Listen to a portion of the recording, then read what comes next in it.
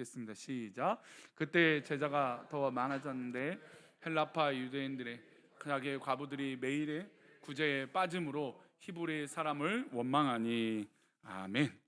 기도하겠습니다. 하나님, 오늘도 주일 예배를 잘 드리고 또 식탁의 규제를 잘 나누고 또 이 모양 저 모양 잘 봉사하고 또 예배하고 또 기도하고 또 이렇게 또 오후 예배 모여서 주일은 온전히 하나님 앞에 있음을 고백함으로 내가 조금 더 쉬고 싶고 또 우리의 피곤을 풀고 싶지만, 그러나 하나님, 그것보다 예배하는 것이 우선이고 기도하는 것이 우선이기에 이 자리에 모인 우리 오후 예배를 사모하는 자들에게 하나님 크신 은혜를 부어 주옵소서. 이 시간 또 범사에 감사하여 드려진 예물이 있사오니 기뻐 받아 주시고 우리의 기도를, 우리 예배를, 우리의 말씀을 기뻐 받아 주옵소서. 감사하고 예수님의 이름으로 기도합니다. 아멘. 영적 기초, 이제 지난주도 이제 영적 기초에 대해서 얘기를 했습니다. 벌써 눈이 감기는 눈이 이 짧은 기도하는 사이에 벌써 눈이 벌써 이 틈을 놓치지 않고 예. 오후 예배 때는 제가 용서해 드릴게요. 졸더라도 저만 안 졸면 되죠. 저만 안 졸면 되니까 졸더라도 충분히 이해하겠습니다. 제가 지금 설교를 네 부류로 하고 있습니다. 주일 대예배는 뭐에 대해서요? 믿음에 대해서 지금 계속, 아마 당분간 계속 믿음, 너무 좋은 것 같아요. 저도 지금 믿음에 대해서 저도 제 스스로 어떤 것이 좋은 믿음일까에 대한 고민들은 앞으로도 아마 계속 해야 하지 않을까 생각이 듭니다. 전 개인적으로 이 믿음에 대한 저만한 책을 한번 지금 쓰고 있어요. 제가 뭐 유명한 목사가 아니어서 제 설교가 책으로 만들어지진 않겠지만 제 나름대로의 설교의 책을 지금 만들고 있어요. 너무 좋아요. 믿음, 제가 미처 머릿속으로만 생각했던 좋은 믿음이 어떤 것이어야 됐던 것들을 좀 구체적으로 좀 적용하고 있어서 참 좋은 제 설교의 경험을 제 나름대로 하고 있어서 참 감사합니다. 그리고 이제 수요 예배는, 제가 설교하는 수요 예배 때는 이제 기독교의 기본 진리, 그래서 수요 예배는 프린트물이 나눠져요. 그래서 기본 진리라고 하는 것은, 교리라고 하는 것은 이 명백한 단어로, 문장으로 딱 명시가 되어야 돼요. 성경이 마치 그런 것처럼 이 교리는 정말 흔들림이 없어야 되기 때문에 명확하게 하기 위해서 표현된 문서들, 종이들을 좀 나눠드려서 좀 공부하시면서 말씀이 어떤 건지 보시면서 수요 예배를 합니다. 금요일은 어떤 설교하는지 아십니까? 네, 치유와 트라우마에 대해서 얘기를 벌써 한 석 달 전부터 하기 시작했습니다. 트라우마, 치유, 회복, 이것입니다. 원래 예전에는, 우리 교회 이전 하기 전에는 제가 원래 기도에 관련된 것만 했는데, 기도하기 전에 우리 마음이 좀 자유하지 않으면 기도가 안 되니까 그런 부분들에 대해서 요즘 세대가 느끼고 있는 트라우마, 상처, 공허함, 또 우울감, 뭐 이런 것들을 어떻게 하면 좀 하나님 앞에 풀어나갈 수 있을까, 그런 부분에서 금요 기도회는 하고 있습니다. 근데 주일 오후는 이제 지난부터 하기 시작했는데 어떤 거냐면 영적 기초. 과연 우리가 예배를 드리고 하나님과 관계를 하는데 영적인 기초가 뭘까? 지난주 주제가 뭔지 기억나시는 분? 제가 원래 그래서 오늘 사무실 위층에 올라가서 제가 오늘 이 질문을 드리면 선물을 하다가 또 누구만 주면 안 될 것 같아서 그래서 선물을 준비하다가 다시 넣어놨어요. 예. 뭔지 기억나십니까? 감사합니다. 그래서 목사가 설교할 맛이 난다는. 저는 사실 같은 말 계속하는 거 되게 좀 스트레스 받는 사람이거든요. 근데 그런데도 같은 말을 할 수밖에 없어요. 제 언어가, 제 머릿속에 있는 단어가 수만 가지가 아니잖아요. 많이 써봐야 수백 개고 많이 써야 진짜 1000개 정도인데, 그것도 같은 단어를 빼면 몇 개도 안 되는데, 사람이 머릿속에 단어라는 게. 그러니까 반복되는 설교와 반복되는 예화가처럼 느껴지는 거 참 어려워해서 어떻게든지 제가 설교 테마를 쫙 나눴거든요. 영적 기초로 지난주에 했던 얘기는 하나님과 친밀하다라는 거예요. 하나님과 가까워져야 된다. 하나님과 친구가 되어지고 하나님과 정말 이 가까워지는 마음이 있어야 은혜를 받을 수 있다라고 하는 얘기였어요. 근데 두 번째로, 우리가 영적인 기초를 사는데 우리가 말이 먼저냐 삶이 먼저냐라고 하는 얘기를 하고 싶어요. 말이 먼저입니까? 삶이 먼저입니까? 이제 대답 안 하실 거예요. 삶이 먼저입니까? 말이 먼저입니까? 삶이 먼저죠. 제가 오늘 대예배 때도 제가 막 설교를 막 이렇게 유수와 같이 해놓고 가서 목사님이 어? 그냥 엉뚱한 행동 해보세요. 그럼 목사 설교 안 들려요. 너나 잘하세요지. 그쵸? 아니에요?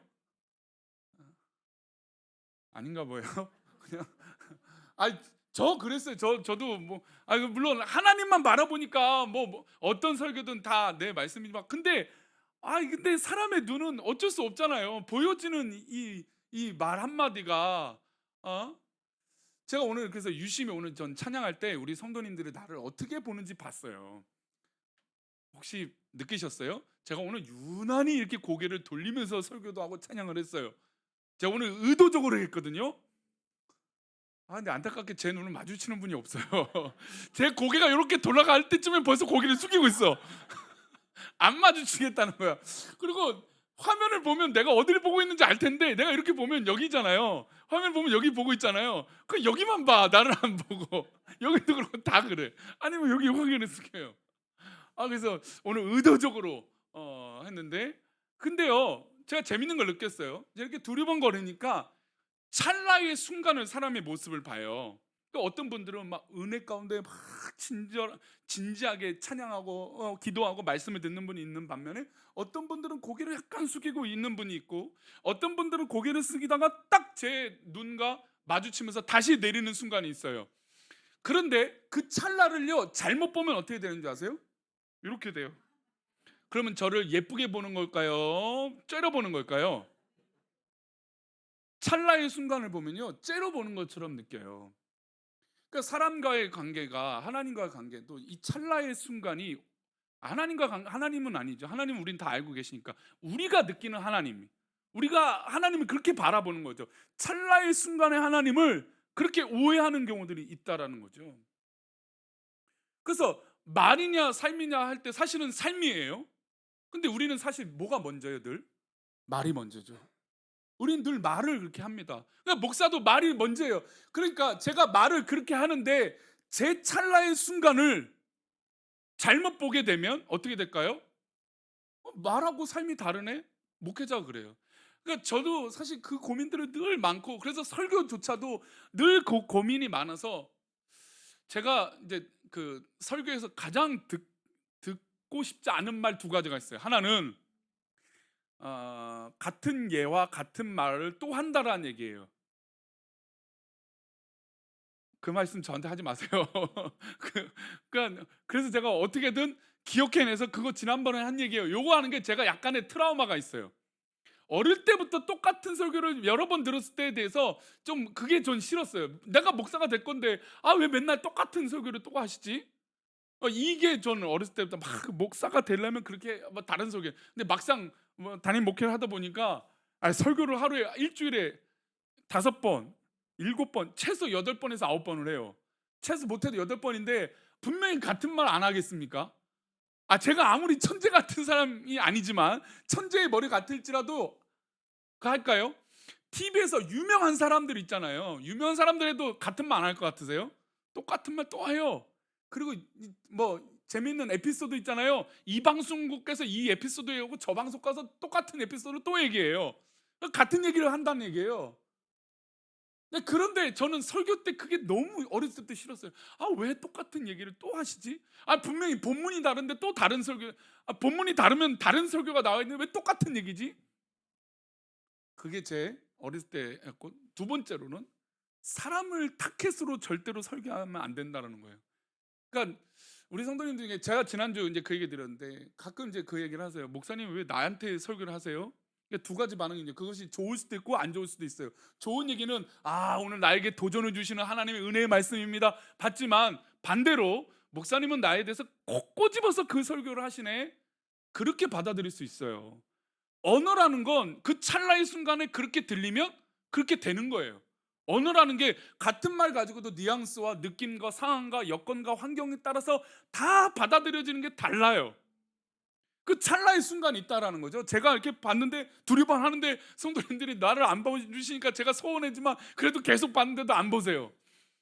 그러니까 그렇게 보고자 한다면 그렇게 보이는 찰나의 순간 두 가지 의미가 다 담긴단 말이에요. 근데 저는 죄송하지만 정말 속지가 많지만 저는 아직까지 참 감사한 게 만약에 제가 어떤 일이 있어서 그거 가지고 설교를 하면요 저는 못 견뎌요. 설교를 못 해요. 솔직히. 아마 대부분 목사님들이 그래요.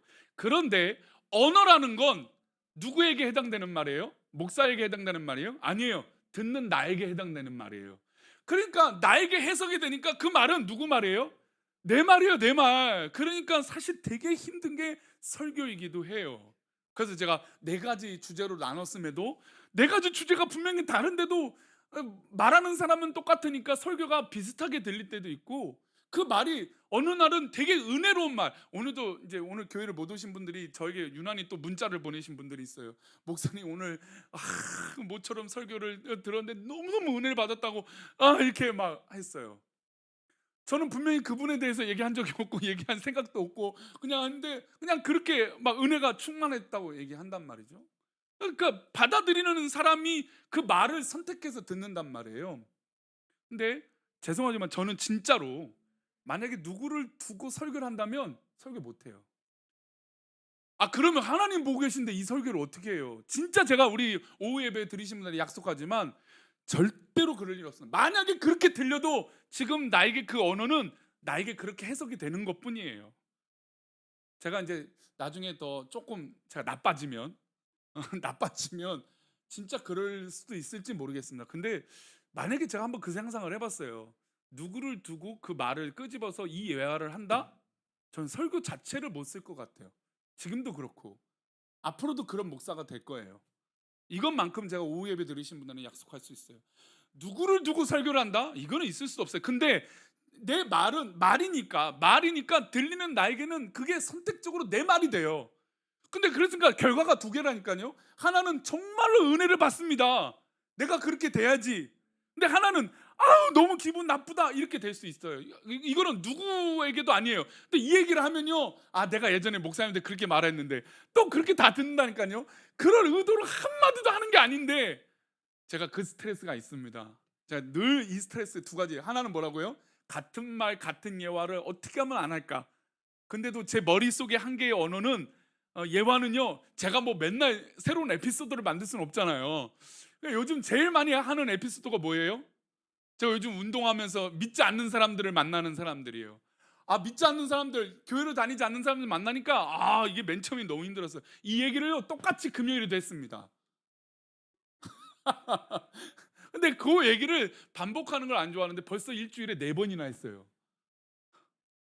그런다니까요. 그리고 누구를 두고 설교를 하지 않아요. 절대 그럴 일 없습니다. 근데 만약에 혹시 그것이 나에게 들리는 말씀이라면 그때 기도하세요. 하나님, 이 말씀이 정말로 하나님 나의 말씀이 돼서 하나님께서 기뻐하시는 것이 무엇인지 돌아보게 해주세요. 제가 그렇게 속 좁지는 않습니다. 아무리 좀 어려운 일이 있거나 뭐 실제로 저에게도 뭐 그런 뭐 일들이 여러 가지 일들이 있을 수 있지만 절대로 하나님 말씀을 그러지 않아요. 음. 그래서 저는 오늘 본문 말씀이 그럴 때 이 초대교회에 그 고민이 있었어요.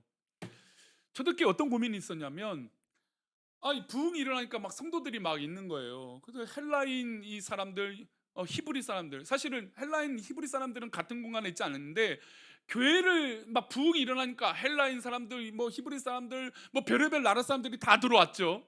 왔는데 교회 주축이 누구였냐면 히브리 사람들이었어요. 교회 주축이. 그러니까 교회 중직자들이 대부분 출신이 어디였냐면 히브리 사람들이었어요.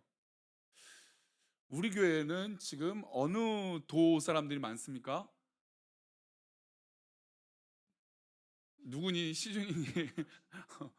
참 타이밍이 좋아요 제가. 예. 서울 출신 한번 손 들어보세요. 서울 출신. 난 서울에서 태어났고 서울이다. 서울 깍쟁이가 생각보다 많네요. 서울 서울. 자, 그러면 여기서 제가 선택을 잘해야 돼요. 어느 도부터 시작할까요? 제주도부터 합시다. 제주도. 여기 제주도 출신 있어요?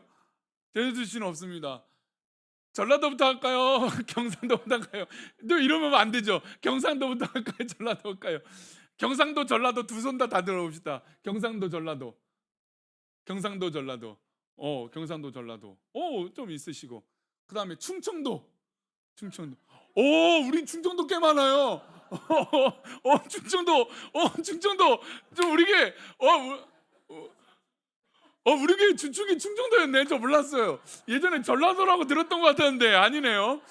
서울 이제 대예배 때 한번 확인해야겠다. 충청도가 생각보다 강원도 있습니까? 강원도? 강원도. 우린 또 강원도가 없어요. 강원도 분이 없네요. 오예배 들으신 분은. 혹시 이북 이제는 없죠. 우리 뭐 혹시 한 60대, 70대 이후에 계신 분들은 우리 전쟁 때 피난 오셔갖고 이북이 고향이신 분들이 있죠.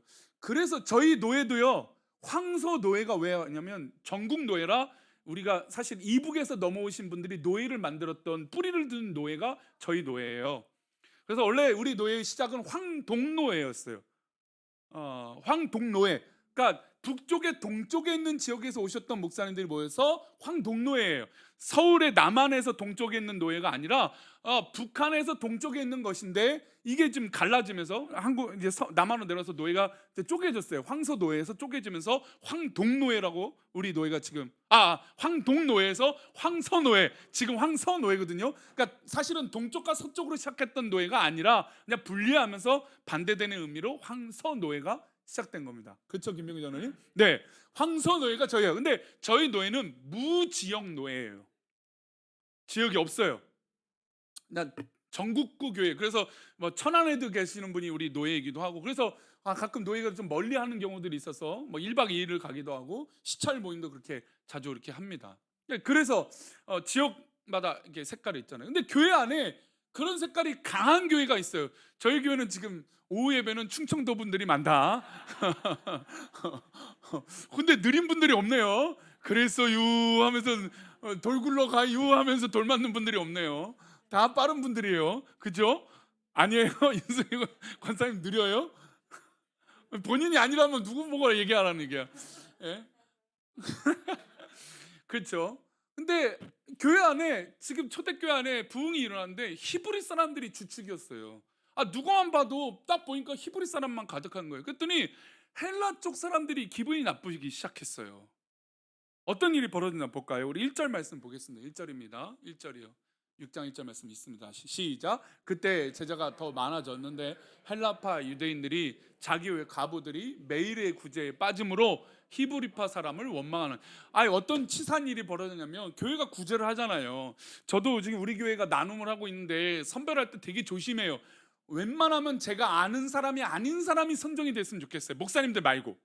그러니까 제가 잘 모르는 분이 됐으면 좋겠어요. 왜요?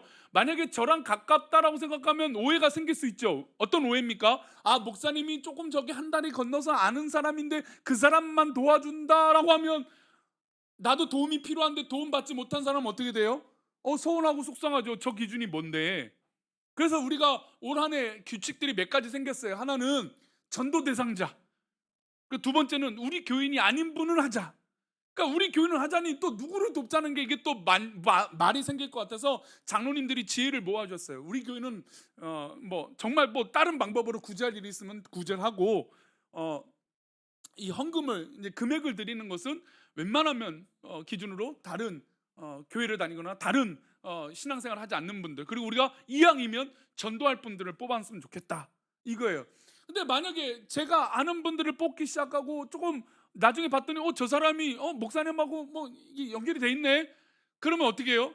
단돈 1,000원이어도요 그렇게 돼서는 안 된다라고 생각하는 게 우리예요.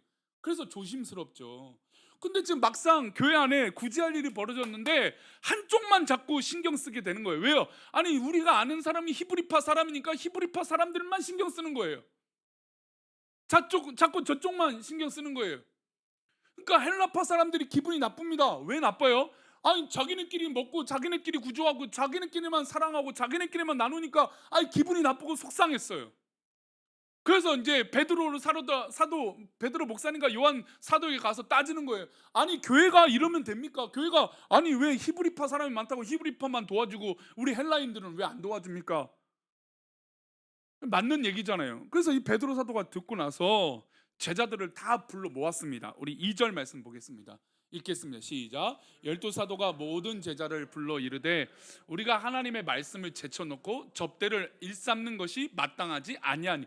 제자들을 다 불러 모았습니다. 교회의 완전 중직자들, 최고로 중요한 역할들을 하고 있는 분들을 모았어요. 그리고 얘기하는데 하나님의 말씀을 제쳐놓고 우리가 이 지금 구제와 이 다른 일을 하는 것이 중요할까? 중요하지 말까? 어떤 게 중요합니까? 당연히 하나님 말씀이 우선이지 않는가. 근데 지금 보니까 우리가 감당도 안 되고 일도 잘 안 되는데 우리가 이 일들을 계속한다는 게 덕이 안 됩니다 라고 하는 얘기를 지금 중지로 모으고 있는 겁니다. 그래서 어떤 일을 세웁니까? 그래서 직분자들을 세우죠. 우리 직분을 세울 때 시작은 바로 여기 있어요. 3절 말씀입니다. 함께 읽겠습니다. 시작. 형제들아 너희 가운데서 성령과 지혜가 충만하여 칭찬받는 사람 7을 택하라. 우리가 이 일을 그들에게 맡기고. 사실 아직 우리 교회는 이 목사의 영역의 일들을 더 많이 맡기지 못하는 건 사실입니다. 물론 각자의 처소에서 각자의 직분에서 다들 열심히 하시고 계세요. 근데 아직 제가 정말 이 본문에서 물론 이것이 저는 뭐 요즘 현대교회 정답이라고 말할 수는 없지만 저는 목사가 그래도 열심히 교회 어떤 일들을 돌아보고 아는 것이 중요하다 생각이 들어서 저는 앞으로도 그렇게 목회를 할 거지만 그러나 지금 보니까 감당할 수 없는 수준이에요. 왜냐면 초대교회 부흥이 되는데 몇 명씩 와요? 1,000명, 2,000명, 3,000명씩 교회 들어오니까 당연히 감당이 안 되죠. 목사 혼자 절대 할 수 있고 목회자들이 할 수 있는 것들이 아니죠. 그러니까 사람을 세워야 돼요. 그게 직분이에요. 그러니까 직분을 세우는데 가장 중요한 건 맡길 만한 사람이에요. 예배를 맡기고 또 봉사를 맡기고 사역을 맡기는 사람들을 세우는 것이죠. 보니까 우리 직분자들이 대부분 다 직분자들이신데 다 여기 뭐 예배 들으신 분들은 열심을 내시는 분들인데 내가 이 일을 그들에게 맡기는데 하나님께서 주시는 그 일을 맡기는데 내가 그 맡은 일을 하고 있느냐에 대해서 고민들은 우리 직분자들에게 계속 할 필요가 있어요. 그리고 내가 지금 맡고 있는 일보다도 더 내가 뭘 할 수 있는가의 고민은 필요합니다. 이제 오늘 설교 말미에 그 얘기를 하겠지만 그것이 굉장히 중요해요. 그리고 그 직분을 세우는데 어떤 사람을 세워요? 성령과 지혜가 충만한 사람. 그러니까 은혜로 이 일들을 감당하지 않으면 서운해요. 제가 우리 식사 봉사를 시작하면서 분명히 교회 안에서 어려움이 있을 거라고 말씀드렸어요. 어떤 일입니까? 어떤 분은 봉사하는 분이 생기고 어떤 분은 안 하는 분이 생길 수도 있고 어떤 분은 관심이 있는 분이 있고 어떤 분은 관심이 없는 분이 있고 어떤 분은 도와달라 하면 도와주는 분이 있고 어떤 분들은 또 이 바쁘다 해서 나 몰라 하는 분이 있을 것이고 또 설거지할 때도 누구는 힘든 일하고 있고 분명 이제 설거지할 때 이제 보십시오. 뭐 이제 누구는 이제 막 험한 일, 허드렛 일을 더 막 힘써서 하는 분이 있고 어떤 분들은 멀찌감치 그냥 들으면서 두리번 하는 분이 있어요. 웃는 거 보니까 있나 봐요. 벌써 생겼습니까? 우리 식사는 2주밖에 안 됐는데.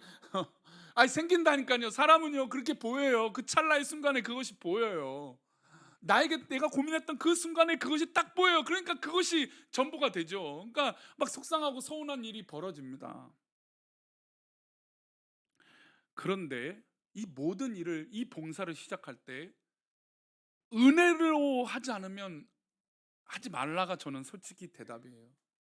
은혜로 결론이 나오지 않으면 그것은 사실 아무리 내가 옳아도 덕이 안 될 때가 훨씬 더 많아요. 지금 보세요. 성령과 지혜가 충만하여 칭찬받는 자. 칭찬받는 게 먼저가 아니에요. 그렇죠? 뭐가 우선입니까? 성령과 지혜, 성령으로 지식이 충만한 자가 아니에요. 성령으로 지혜가 충만한 자를 먼저 생각하는 거죠. 그러니까 내가 우리 성도님들 오늘 봉사하신 그것들이 있다면 그 가운데 성령과 성령으로 말미암아 지혜로 그 사역을 감당하시기를 축복합니다. 아내 얘기를 하면 안 되는데 아내가 미안합니다. 원래 미리 얘기하는데 오늘 얘기 안 했어. 저는 감동이 돼서 얘기하니까 집에 가서 저에게 얘기하지 마세요. 우리가 합의를 다 하고 얘기해요. 근데 지금 합의도 안 된 얘기가 아니 원래 강 사모님 얘기하려다가 아내도 그 경험이 있어서 강 사모님은 지금 성가대를 하시잖아요. 그래서 성가대를 하면 어떻겠냐 했더니 본인은 너무 하고 싶다고 즐겁게 해주셔서 사실 사모님이 하시기는 어려울 수도 있다고 생각하는데 그냥 하는 것보다 성가대 하면 어떠냐 했더니 강호라 사모님이 성가대 하고 싶다 너무 하고 싶다고 너무 행복해 하시는 모습에 지금도 예배 때마다 하고 계셨는데 저희가 이제 그 꿈꾸는 교회를 사임하고 양천중학교를 사역하고 양천중학교 사임하고 나서 동강교회를 사역해요. 동강교회가 뭐 4,000명, 5,000명 교회 엄청 큰 교회잖아요. 근데 그 교회의 특징은 자녀가 다 컸으면 저희는 이제 자녀가 없었고, 자녀가 다 컸으면 사모들은 모두 다 성가대를 갔어야 돼요. 근데 이전까지 저희 아내는 제 옆에서 아니면 청년들을 캐고 청년들과 같이 사역했으니까 청년들을 위해서 밥을 해주고 뭐 청년들을 위로해주고 여자 청년들하고 교제하고 제가 다 못하는 영역들이 있으니까 그 부분들을 해서 도왔거든요. 근데 큰 교회 갔더니 사모님은 목사님하고 가까이 있지 말고 성가대 하세요. 그러니까 그때는 맨 처음에 성가대를 너무 싫어했던 거예요, 하는 걸. 아니 왜냐면 늘 있고 유초도모 가서 봉사하는 거 돕고 신방 갈 때 같이 옆에 도와주고 싶은 마음이 더 컸는데 하지 말라니까 한 6개월을 힘들어 하더라고요.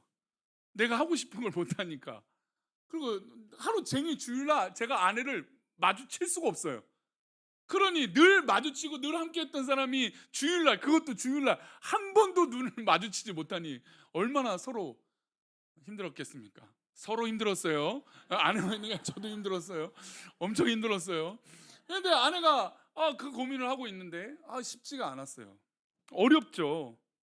근데 결국은 그것이 또 감사 은혜로 된 건 내가 지금 이 하고 있는 직분을 은혜로 하지 않으면 안 된다는 걸 결국엔 답을 찾는 거예요. 그래서 그 당시 있었던 성가대원들을 케어하기 시작하고 그곳에서 하나님 부르심이 있구나라고 사역을 하기 시작하더라고요. 그때부터 예배에 더 즐거움이 있었고, 그리고 사실 동감교도 저희가 이제 부모님 어머니가 좀 아프셔서 교회를 또 옮겨야 되도 피치 못한 사정이 그래서 2년밖에 사역을 안 했거든요, 거기서. 근데 지금도 그 교회에서 저희를 위해서 11조를 보내신 분이 있고, 최근에도 또 11조를 보내신 분이 있더라고요.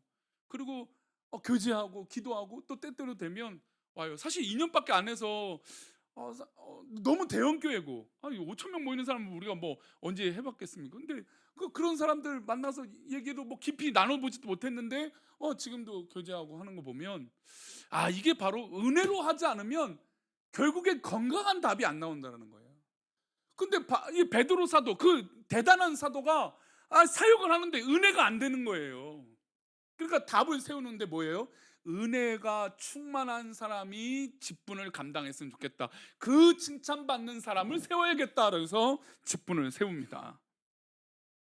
4절 말씀. 그러고 나서 직분자를 세웠습니다. 그리고 이 목사님들이 뭘 선택하는지 보세요. 보겠습니다. 시작. 우리는 오로지 기도하는 일과 말씀 사역에 힘쓰리라 하니. 제가 지금 사실 이 말씀 가지고 고민을 있습니다. 저도 제 기도하는 일과 말씀 사역에 오로지 힘쓰는 것을 이것이 가장 우선순위입니다. 근데 저는 제 목회 철학 중에 하나는 제가 알지 못하면은 그거는 참 불행한 목사다라고 생각하는 목회 철학이 제 나름대로 있어요. 그러니까 성도들이 봉사하고 성도들이 수고하는데 그 영역을 모르고 있다면 제가 좀 많이 부족한 목사다라고 생각하는 부분들이 있어요. 제가 말씀 안 드릴 뿐이지만 제가 우리 성도들이 어디서 어떻게 봉사하는지 다 유념히 보고 있습니다.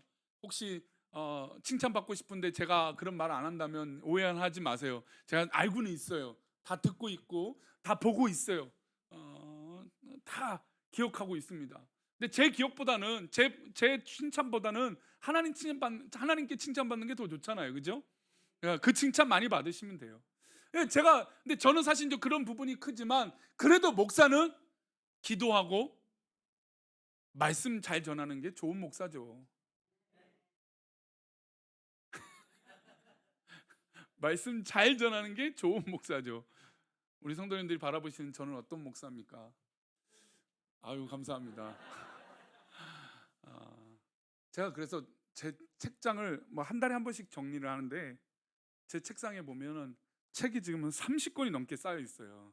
설교가 네 부류잖아요. 차라리 한 가지 테마라면 여러 책을 두고 한 가지 이게 딱 주제로 하면 되는데 네 가지 테마니까 한 책만 보면 안 되잖아요. 제가 제일 무서워하는 사람은 평생에 한 책 읽고 그것이 전부다라고 생각하는 사람이 있어요. 그러니까 우스갯소리로 그게 말을 만든 것 같은데, 사람은 지식을 얻는데 오늘도 대입 때 그 연장선상이잖아요. 사람이 내가 배운 것이 한계가 있기 때문에 그 책을 한 권 읽으면 딱 그거만큼의 지식의 한계가 생기는 거예요. 그래서 저는 설교를 할 때 만약에 제가 도움 받을 만한 책들이 있다면 그 책의 주제에 관련된 여러 책을 비교해서 봐요. 근데 이 사람 생각이 다르고 저 사람 생각이 달라요. 저 나름대로 그런 노력을 해요. 못 느끼시겠지만 저 열심히 그런 노력을 합니다. 근데 이제 아무래도 더 잘하고 싶은 설교에, 아무래도 저는 설교를 잘하고 싶은 목사가 제일 칭찬 듣고 싶은 거예요. 제일 잘하고 싶기도 하고.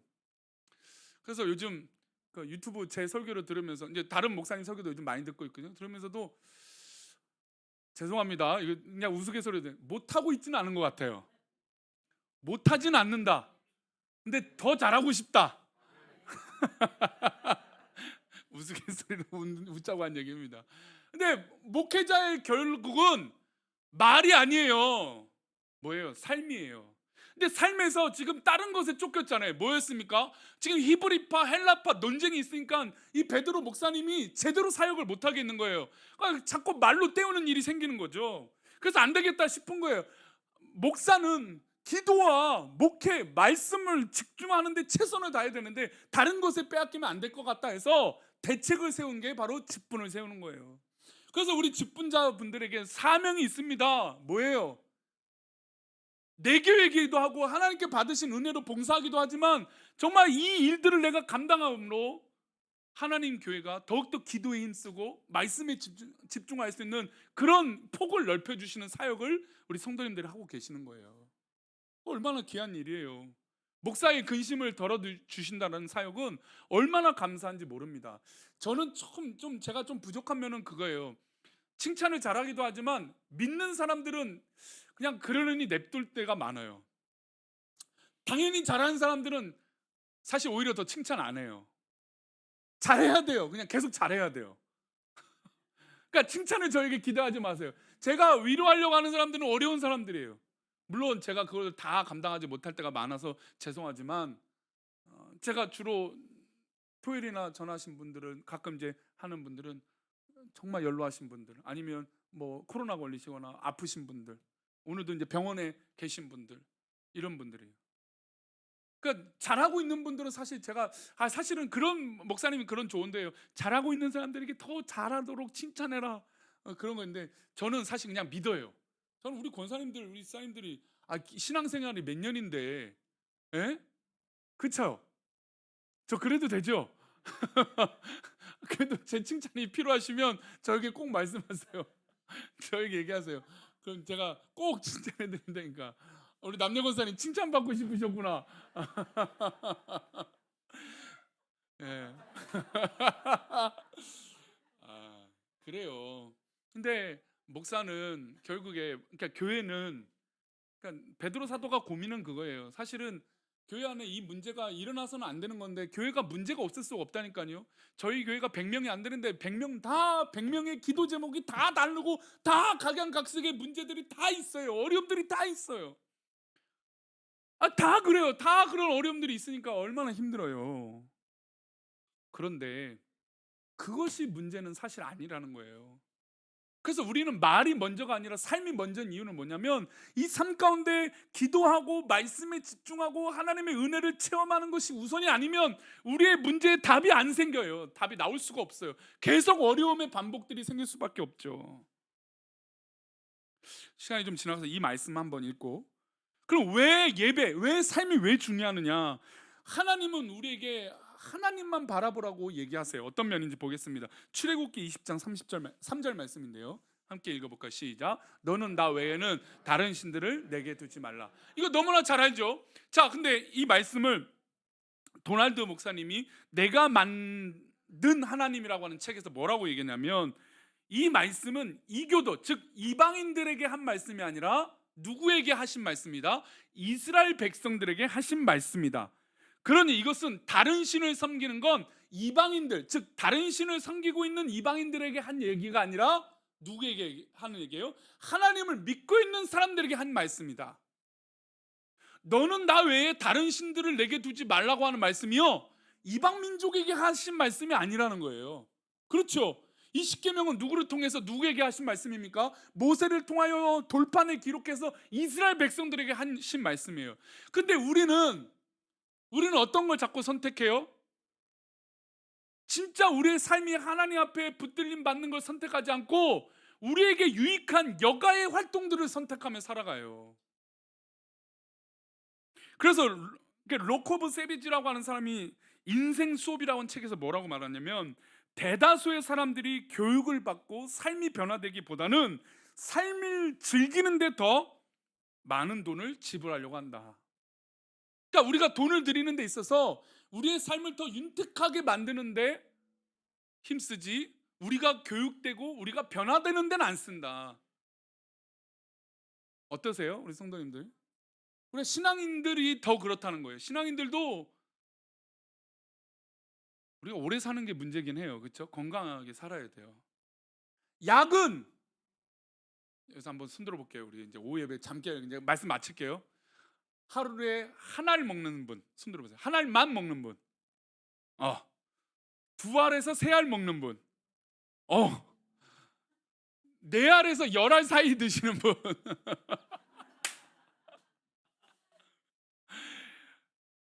우리 죄송해요. 약을 먹는다 해서 뭐라 하는 게 아니라 우리가 건강을 위해서 요즘 뭐 약이 얼마나, 저는 듣도 못한 약이 얼마나 많은지 몰라요. 별의별 약이 많고, 약 좋다라고 하면 그 약 좋다더라고 해서 저도 뭐 여러 가지 약인데 한 가지 먹고는 있어요. 뭐 비타민 D를 먹거나 아니면 비타민 D 아니면 이제 콜레스테롤 관련된 약을 먹으면 좋겠다. 저도 이제 당뇨 경계선에 있으니까. 그러니까 제가 뭐 이거를 알았겠어요? 뭐 하니까 아는 거예요? 관심이 있으니까 아는 거예요. 내 몸이 조금 안 좋으면 그 부분에 대해서 관심이 생겨요. 그래서 그거에 대한 투자를 아끼지 않습니다. 근데 하나님 앞에 내 삶을 바뀌는 데 있어서 얼마나 투자하냐 이거예요. 헌금 드리는 거 말고요. 내가 하나님 앞에 변화되고 하나님 앞에 교육되기 위해서 다른 신, 즉 우리가 생각하는 모든 우상, 그것들을 제하고 하나님 앞에 내가 변화되기 위해서 노력하고 있는 건 얼마가 되냐 이거예요. 사실 이게 우선이거든요. 그러니까 사실 오늘 아까 사도행전 읽었던 말씀은요, 직분을 세우는 것이 사실 이게 주된 목적의 말씀이 아니에요. 이 과정은 결국 베드로 사도가 자꾸 말로만 끝나니까 삶이 되기 위해서 이 직분자를 세우는 건 그 과정일 뿐이고, 베드로 사도가 삶이 뒷받침이 안 되니까 기도하지 않게 되고 말씀을 준비하는데 어려움이 있으니까 그러기 위해서 직분자를 세운 거죠. 그게 우선순위였던 거죠. 다른 신을 내게 두지 말라고 하시는 하나님 말씀은 바로 나에게 주시는 말씀이에요. 그런데 우리의 삶은 우리 환경에선 내가 고민하고 있는 내 것만 신경 쓴다고 있다는 거죠. 다시 한번 말씀드리지만 약을 10개 드신 분들한테 뭐라고 하는 게 아니에요. 또 이 얘기 들으면 제가 서론에 그랬죠. 약 10명을 먹는 사람 누구 설교하는 게 아니에요. 그런데 찰나의 순간에 목사님이 약 10개 먹는 것 같고 뭐라고 한다고. 저도 잘 알아요. 절대 그럴 리 없다고 하는데도 사람은 그렇게 들어요. 근데 다시 한번 말씀을 마무리하면서 우리는 말보다 삶이 뒤바뀌어야 되는 사람이에요. 삶이 뒤바뀌기 위해서는 어떻게 돼요? 우리의 우선순위가 정리가 될 필요가 있어요. 영적인 기초는 여기서 시작돼요. 내 삶의 부분에서 내가 정해놓은 그 틀이 어떻게 하나님께서 기뻐하시는 영역인지 설정하는 데서부터 시작되는 거예요. 근데 우리의 우선순위가 다른 곳에 설정이 돼 있으면 안 됩니다. 3시가 넘어서 우리 찬양하겠습니다. 나 무엇과도 주님을 바꾸지 않는데 찬양할까요?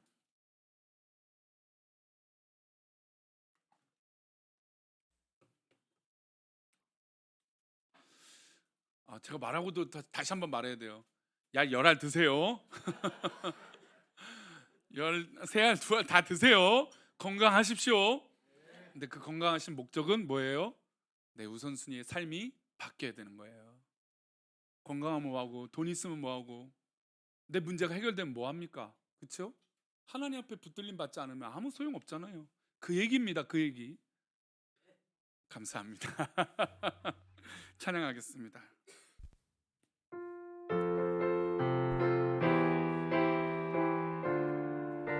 하나님 믿습니다. 주님 말씀 주시옵소서. 나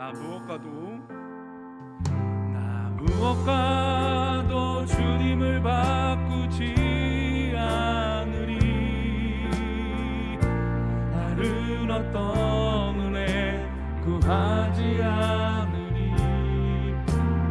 주님만이 내 삶의 도움이시니 주의 얼굴 보기 원합니다.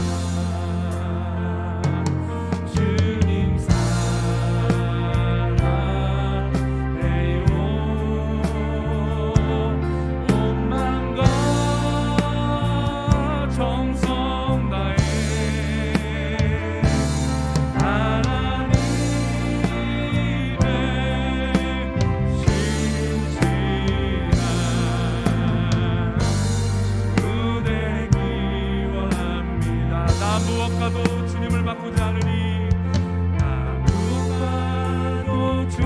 바꾸지 않으리.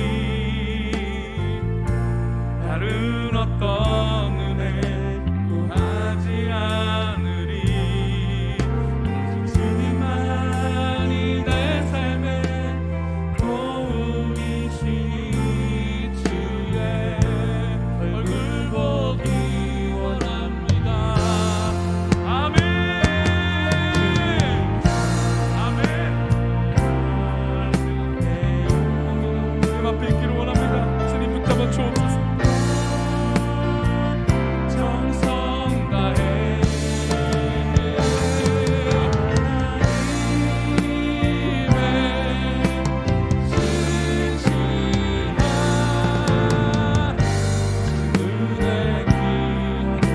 그래요. 이제 우리 함께 기도할 때 하나님, 나의 우선순위가 나의 삶이 자꾸 말로만 그쳐있는 자가 되지 않게 하여 주시고, 내 삶이 하나님 앞에 변화되고, 내 삶이 하나님 앞에 기쁨이 되고, 내 삶을 하나님 앞에 드릴 수 있는 믿음의 판단과 믿음의 고백과 믿음의 삶이 되게 해달라고 기도합시다. 정말 하나님 기뻐하시는 삶이 되게 해달라고. 그래서 나 무엇과도 주님을 바꾸지 않는 그런 신앙의 삶을 살게 해달라고 이 시간 우리 다 같이 하나님 앞에 기도하겠습니다. 다 같이 기도합니다.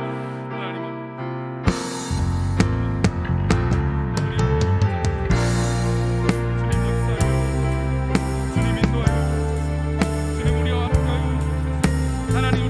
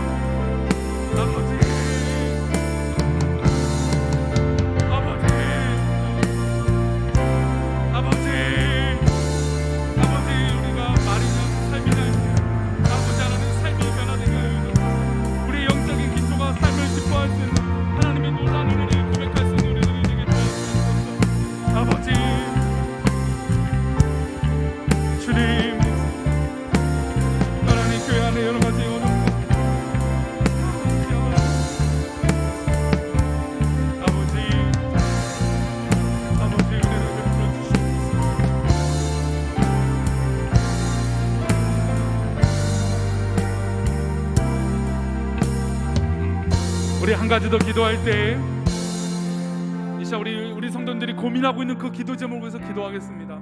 사실 아무도 몰라요. 하나님만 아시잖아요, 그렇죠? 우리 성도님들의 고민과 기도 제목이 있어요. 하나님만이 아시는데 하나님만이 그 문제와 그 어려움과 그 기도 제목을 해결해 달라고 기도합시다. 하나님 풀어주시옵소서. 해결해 주옵소서. 하나님 뜻 가운데 우리 자녀가, 우리 미래가, 우리 부모님이, 우리 가정이, 또 우리의 모든 직장과 사업터가 하나님 뜻 가운데 응답받고 문제들이 해결되고 하나님 뜻 가운데 자유하게 해달라고 이 시간 우리 성도들이 갖고 있는 기도 제목을 위하여 기도하겠습니다. 다시 기도합니다. 하나님 아버지, 아버지 하나님 붙잡아주시고 하나님 은혜 가운데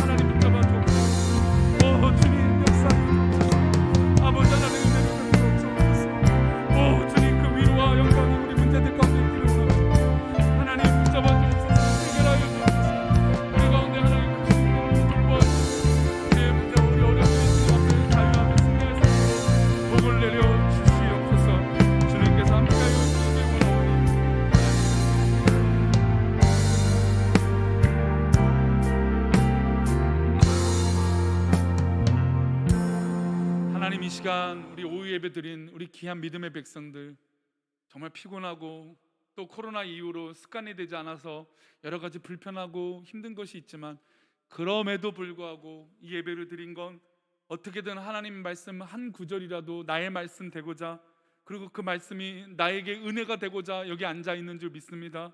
우리 성도들에게 하나님 이 목사 부족하여 알 수 없사오나 우리 하나님께서는 아시오니 우리 성도들의 그 기도 제목을 들어주시고 응답하여 주시고 놀라운 은혜로 채워주셔서 하나님께서 함께해 주신 놀라운 은혜가 먼저이며 하나님께서 치료해 주시는 그 기적이 먼저인 줄 믿사오니 우리 성도들에게 이것이 삶이 되게 해 주시고 하나님, 이 삶이 변하여 우리의 모든 것이 하나님 앞에 있음을 고백하며 나아가는 놀라운 은혜가 있게 하여 주옵소서. 우리 성도들의 각자의 기도 제목 가운데 하나님 간섭하여 주시고 주의 충만한 역사로 인도하여 주옵소서. 이 한 주간도 우리를 붙들어 주시고 또 죄악 가운데 있지 않게 하시고 늘 기쁨과 감사하는 자리로 우리를 불러 모아 주실 것을 믿사오며 거룩하신 예수 그리스도 이름으로 기도 올려옵나이다. 아멘. 하늘에 계신 우리 아버지여, 이름이 거룩히 여김을 받으시오며 나라의 마옵시며 뜻이 하늘에서 이룬 것 같이 땅에서도 이루어지이다. 오늘날 우리에게 일용할 양식을 주옵시고 우리가 우리에게 죄 지은 자를 사하여 준 것 같이 우리 죄를 사하여 주옵시고 우리를 시험에 들게 하지 마옵시고 다만 악에서 구하옵소서. 대개 나라와 권세와 영광의 아버지께 영원히 쌓나이다. 아멘.